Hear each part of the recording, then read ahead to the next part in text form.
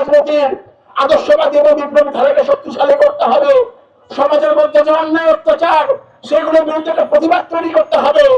সংগ্রামী বন্ধুগণ, আপনারা দেখেছেন যে বিগত সময়ে ছাত্রদের মধ্যে একটা মনোভাব ছিল আই হ্যাট পলিটিক্স, অর্থাৎ রাজনীতি হচ্ছে খারাপ জিনিস, রাজনীতির মধ্যে আমরা থাকতে চাই না।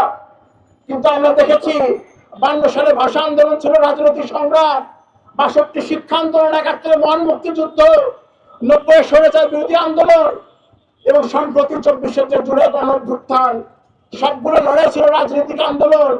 ফলে সমাজতান্ত্রিক ছাত্র ফ্রন্টের পক্ষ থেকে আমরা বলতে চাই, এক ধরনের রাজনীতি আছে যা আপনাকে সমাজ সচেতন করে, অন্যায়ের বিরুদ্ধে লড়তে উদ্বুদ্ধ করে, আর এক ধরনের রাজনীতি আছে যে রাজনীতি আপনাকে অন্যায় করতে বলে, আপনাকে অন্যায়কারীতে পরিণত করে, আপনার বিবেক এবং সত্যবোধকে ধ্বংস করে দেয়।